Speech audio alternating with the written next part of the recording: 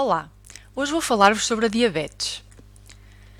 Começando pela fisiopatologia. O pâncreas é um órgão que faz parte do sistema digestivo e que está localizado atrás do estômago. Se fizermos assim um corte transversal, vemos que existem dois tipos de células no pâncreas, as células endócrinas e as células exócrinas. Através das suas células exócrinas, o pâncreas produz enzimas que ajudam a digerir os alimentos. Através das suas células endócrinas produz hormonas, como é o exemplo da insulina, que é produzida pelas células beta que fazem parte dos ilhéus de Langerhans. Quando uma pessoa sem diabetes ingere uma refeição, o sistema digestivo vai decompor os alimentos em açúcares simples, designados por glicose, e também dá instruções ao pâncreas para libertar insulina. A insulina vai atuar nos seus receptores e vai captar a glicose da corrente sanguínea e levá-la para as células de todo o corpo, onde será utilizada como energia. Uma vez que a glicose consegue chegar ao seu destino em quantidade suficiente, o organismo vai instruir o fígado para parar de produzir glicose, porque as células já estão a receber a energia de que necessitam.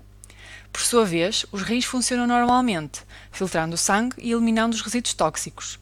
A urina produzida pelos rins não vai conter glicose, porque esta já está a ser adequadamente entregue às células. Quando uma pessoa com diabetes ingere a mesma refeição, os níveis de açúcar no sangue vão estar aumentados. Isto porquê? Ou devido à produção insuficiente de insulina, ou à sua atuação ineficaz, ou em alguns casos devido à combinação dos dois fatores.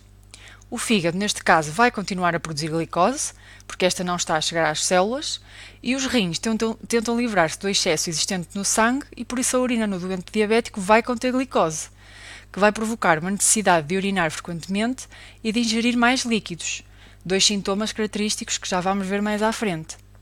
Assim, em resumo, diabetes é uma doença crónica que se caracteriza pelo aumento de glicose no sangue, aquilo que se chama hiperglicemia, por uma atuação ou produção ineficaz de insulina por parte do pâncreas. Vamos agora falar nos vários tipos de diabetes. Começando pela diabetes tipo 1. A diabetes tipo 1 é mais rara. Desenvolve-se geralmente em crianças, adolescentes ou jovens adultos. E quais são as causas? Como em qualquer tipo de diabetes, a característica central é a elevação anormal e descontrolada dos níveis de glicemia, ou seja, os níveis de açúcar no sangue. No caso da diabetes tipo 1, a causa da elevação da glicemia é a incapacidade súbita do pâncreas em produzir insulina, por destruição completa das células que fabricam esta hormona. Essa destruição é causada pelo próprio sistema imunitário da pessoa com diabetes. O sistema imunitário habitualmente protege o organismo de infecções e outras agressões externas, no entanto, por vezes funciona de forma anormal, atacando e destruindo partes do próprio organismo. Por esta razão, a diabetes tipo 1 é uma doença dita autoimune. Não se sabe ao certo porque é que o sistema imunitário age desta maneira anormal. Pensa-se que resulta de determinadas características genéticas, em combinação com determinados estímulos ambientais, como por exemplo infecções. Não está diretamente relacionada com hábitos de vida ou de alimentação errados, ao contrário do que acontece na diabetes tipo 2. A única maneira de tratar a diabetes tipo 1 é administrar insulina para toda a vida, uma vez que as células do pâncreas não o estão a conseguir fazer. Enquanto aos sintomas, o aparecimento de diabetes tipo 1 é súbito e repentino, manifestando-se um conjunto de sintomas muito claros. Poliúria, a pessoa vai ter necessidade de urinar muito. Polidipsia, a pessoa vai ter muita sede. Polifagia, que é muita fome. Emagrecimento rápido, sensação de fadiga e dores musculares, dores de cabeça, náuseas e vômitos. Quanto ao tratamento, os três elementos fundamentais no tratamento da diabetes tipo 1 são a insulina, que é fundamental desde o diagnóstico, uma vez que o organismo já não fabrica a insulina de que necessita, como acabámos de ver, uma alimentação equilibrada e exercício físico regular. A autovigilância da glicemia é fundamental para gerir e controlar todos os aspectos do tratamento. Isto é muito importante na diabetes tipo 1. Enquanto à diabetes tipo 2. A diabetes tipo 2 é a forma mais frequente de diabetes. 9 em cada 10 diabéticos são do tipo 2 e cerca de 1 em cada 10 portugueses têm este tipo de diabetes. Esta patologia surge em qualquer idade, mas é mais frequente nas pessoas adultas com peso a mais. E quais são as causas? Há duas causas principais que justificam a elevação anormal e descontrolada dos níveis de glicemia. Por um lado, temos a perda progressiva da eficácia da insulina, ou seja, ela não atua corretamente nos seus receptores. Existe aqui um problema. Isto também é chamado de resistência à insulina. Por outro lado, temos uma diminuição anormal e progressiva da produção de insulina por parte do pâncreas. O aparecimento da diabetes tipo 2 é habitualmente lento, o que faz com que os sintomas possam ser tão discretos que passam despercebidos, levando a que o diagnóstico seja tardio. Este facto leva a que por vezes as pessoas no momento do diagnóstico já tenham a doença há alguns meses ou mesmo anos. Não sabemos porque é que em algumas pessoas o pâncreas começa a falhar, mas sabemos que o excesso de peso, o aumento da gordura no organismo e a inatividade física aumentam a resistência à insulina e, portanto, são fortes fatores de risco e agravamento da diabetes tipo 2.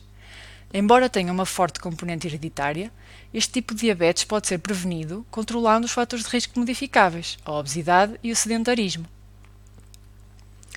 E enquanto aos sintomas da diabetes tipo 2, os principais sintomas da diabetes tipo 2 mal controlada são, novamente, a sede, urinar frequentemente, cansaço e fadiga, prurido, que é comichão intenso, em especial na região genital, e por vezes a perda de peso também pode estar presente. Sendo uma doença crónica, o tratamento deve ser contínuo e a pessoa com diabetes tipo 2 consegue uma boa compensação com, por um lado, uma alimentação equilibrada, que ajuda a controlar os níveis de glicose no sangue e também o peso, exercício físico, que reduz o problema da resistência à insulina, melhora a circulação, fortalece os músculos e articulações e contribui para a redução do peso. E por último, medicação.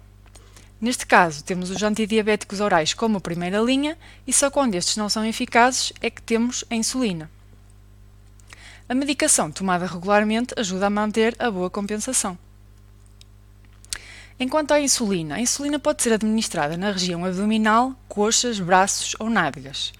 Convém proceder à rotação dos locais de administração dentro das áreas, injetando-a a uma distância de pelo menos 3 cm da anterior, de modo a evitar um aumento do volume de gordura naquele local, o que dificulta a absorção.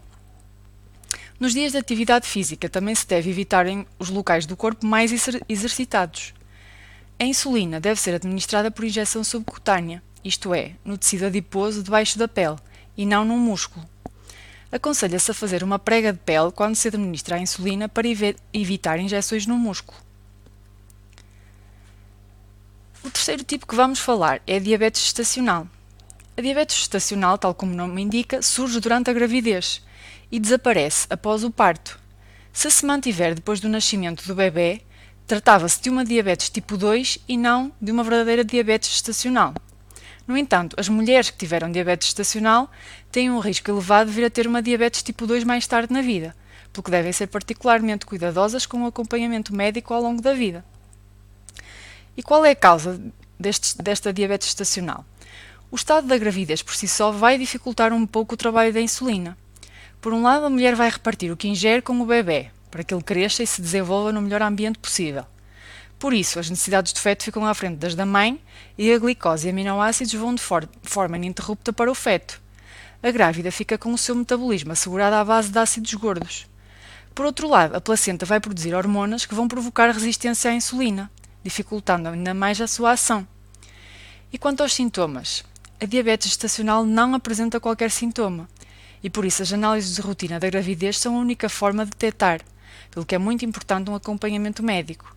Idealmente, a mulher deve planear a sua gravidez e, para isso, deve fazer um acompanhamento pré-concepcional, manter a contracepção até atingir os objetivos glicêmicos e só então tentar engravidar. Quanto aos fatores de risco, temos uma história prévia de diabetes gestacional, excesso de peso, história de diabetes gestacional na família e a idade superior aos 25 anos. A diabetes gestacional ocorre em cerca de 1 em cada 20 grávidas. E se não for detectada através de análises e se a hiperglicemia não for corrigida com dieta ou, por vezes, com insulina, a gravidez pode complicar-se para a mãe e para a criança. São vulgares os bebés com mais de 4 kg à nascença e a necessidade de cesariana na altura do parto. Podem até ocorrer abortos espontâneos. Ainda assim, a diabetes gestacional não significa que o bebê vá nascer com diabetes e a mulher pode amamentar sem problemas. A gravidez só deve ser planeada e controlada. Existem alguns tipos de diabetes que não se enquadram em nenhuma das categorias anteriores. São causados por alterações conhecidas como defeitos nas células beta, alterações na ação da insulina, doenças do pâncreas e endocrinopatias diversas, entre outros. Como são muito pouco frequentes, não os vou abordar neste vídeo. Quanto aos cuidados a ter na diabetes, é necessário que a dieta seja saudável e equilibrada. Atividade física regular. A medicação também deve ser adequada e aquela prescrita pelo médico. Evitar tabaco e consumo de álcool. E tratar as complicações que vamos ver a seguir. Quanto à dieta, 50% do prato deve incluir vegetais, alface, tomate, cenoura. 25% deve conter hidratos de carbono complexos, arroz, massa integral, etc. E os outros 25% devem ser compostos por proteínas, carne, peixe, ovos, tofu. O azeite é a gordura a privilegiar, a fruta é a sobremesa ideal e a água deve ser a bebida de eleição. As refeições devem ser fracionadas e a horários regulares. O consumo de alimentos ou bebidas ricos em açúcar, como é óbvio, deve ser reservado apenas para ocasiões esporádicas. Quanto às complicações, as complicações vão afetar os rins, os olhos, as coronárias e o sistema vascular, o sistema nervoso e a função sexual. Em Portugal, a diabetes é a principal causa de cegueira. É uma das principais causas de insuficiência renal a necessitar de diálise, a principal causa de amputações não traumáticas, tanto do pé como da perna.